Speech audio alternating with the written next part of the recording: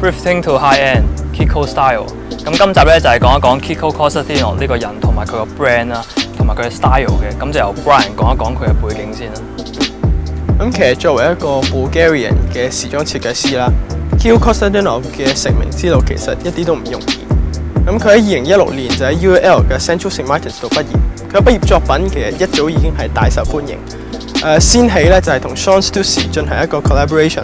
咁其後咧係亦都得到 Rei Kawakubo 同埋 Dover Street Market 嘅欣賞，所以就簽咗多年嘅合約。喺2016年咧更加得到 Macintosh 嘅邀請，為佢001嘅系列咧係擔任首席嘅設計師。咁2017年咧佢亦都係為自己嘅 namesake label Kiko Costantino 咧就係首次發表佢第一次嘅 runway show。亦都同年咧應該係就同 ASICS 咧就進行每一季嘅 collaboration。其實可以見到佢短短幾年之間咧 ，Kiko Costantino 已經係為自己取得喺 fashion 界裏邊一直可觀嘅位置。佢嘅 main influence 咧就包括係Jun Takahashi 啦、Takahiro Miyashita 啦、Rick Owens 啦同埋 Kim Jones 即係Dior 嘅 creative director。其實佢好中意就以制服同埋工作服作為佢主要嘅設計元素。其實佢嘅 inspiration 同 influence 多數都係嚟自低下層階級嘅工作者嘅父母啦。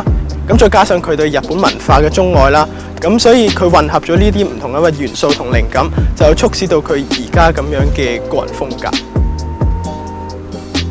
咁其實就好似 S17 為例啦，咁Kiko 就係用咗日本嘅一啲清潔工作服咧，係為靈感嘅。咁亦都有受佢嘅父母工作關係影響啦。咁其實你可能見到一啲dye 啊、漂白啊、一啲噴漆啊，或者係啲垃圾袋物料嘅一啲設計咧，其實都係同時向佢嘅母親清潔工嘅身份咧係去致敬嘅。咁其實 Kiko 嘅 cutting 同埋 design 都係非常之精簡嘅。雖然佢係做一啲功能性嘅衫啦，但係佢就唔似一啲可能機能 brand 係非常之多餘嘅一啲紐啊、扣啊或者一啲帶嘅。咁就因為 Kiko 係非常之討厭唔實用啊，或者一啲好多餘嘅設計啦。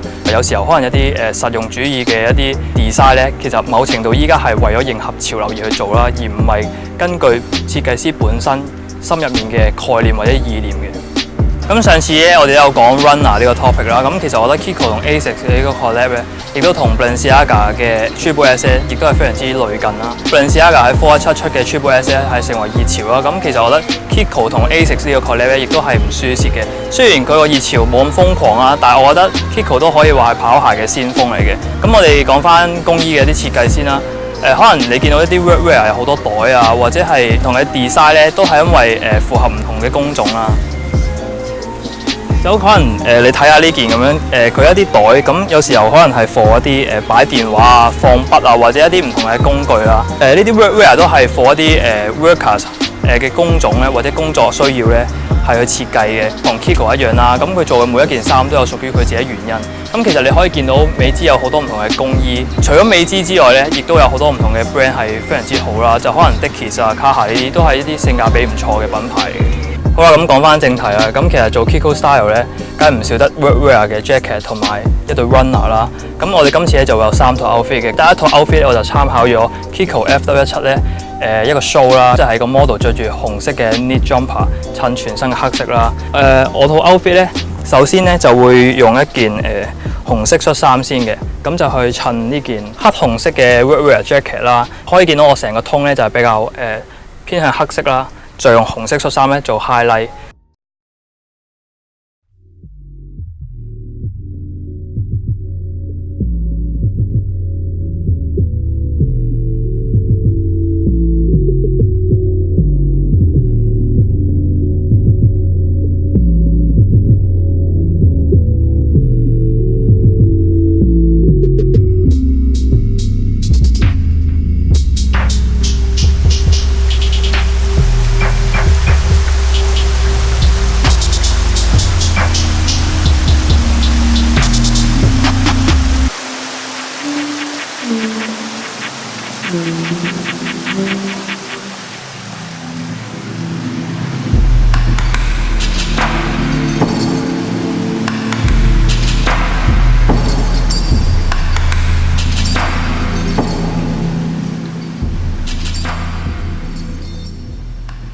咁其實第二套咧就係我自己最中意嘅，亦都係最常着嘅一種咁嘅襯搭嚟嘅，係一種我覺得比較 basic 亦都好簡單嘅方法啦。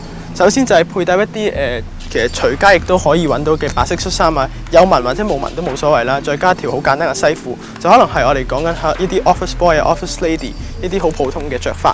咁啊，再加上一件呢，就係通按通嘅一個 workwear jacket。咁其實就係完美呈現到一種我哋以前好常見嘅日本工衣咁嘅風格啦。再加上佢嘅 cutting 啦，就係好受 Kiko 嘅咁嘅風氣所影響下，可以見到佢一啲圓邊嘅 cutting啊，同埋佢嘅袋嘅設計亦都係非常之 workwear 嘅。咁所以其實我個人都非常之中意。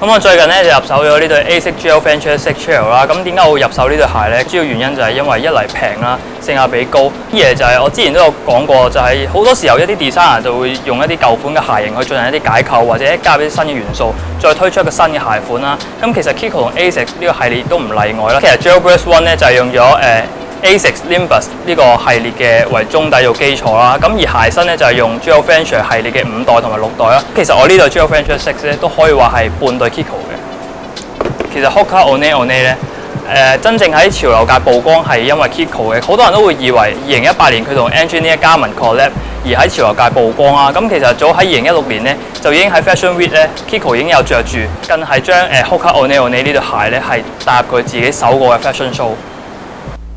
咁第三套咧就會係做一個都係通按通嘅襯法，就會比較浮誇少少嘅，會用全身灰色嘅通按通嘅襯法啦。咁其實你見到呢件恤衫咧就係淺灰色，你可能見到其他 item 啊呢啲深灰色啊，或者係呢啲都係可以襯翻做一個通按通嘅襯法啦。再加上我啱啱講嘅Gel Venture 6啦，全部咧都係灰色，咁就可以做一個深淺色嘅 layer 啦。喺視覺上咧可以見到一層層嘅唔同灰色，咁可以更加豐富嘅。